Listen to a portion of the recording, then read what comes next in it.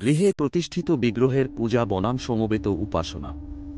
প্রশ্ন উঠল, কারো বাড়িতে যদি প্রতিষ্ঠিত বিগ্রহের নিত্য পূজা থাকে এবং একই সময়ে কাছাকাছি কোথাও সমবেত উপাসনা হয়, তাহলে সে কি করবে?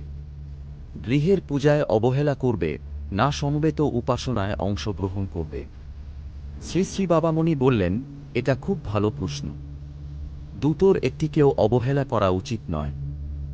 গৃহে প্রতিষ্ঠিত বিগ্রহকে সংক্ষেপে পুষ্পাঞ্জলি দিয়ে পরিবারের সবাইকে নিয়ে সমবেত উপাসনায় যোগ দিতে হবে। কারণ সমবেত উপাসনার দিনে সেটাই প্রধান কাজ। এই কারণে গৃহের বিগ্রহ পূজায় কিছুটা সংক্ষেপ হলে সেটাকে ত্রুটি হিসেবে ধরা যাবে না।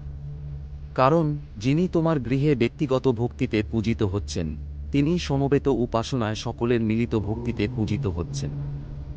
মূলত পূজা তো একই ঈশ্বরেরই, ব্যক্তি বা স্থান বদলে যায় মাত্র। তোমার গৃহে বা আমার গৃহে পূজা না হওয়াকে যদি কেউ গুরুতর বিষয় মনে করে, তবে সেটা ব্যক্তিগত অহংকারের পূজায় পরিণত হয়। অহংকারের পূজা যেন কেউ না করে।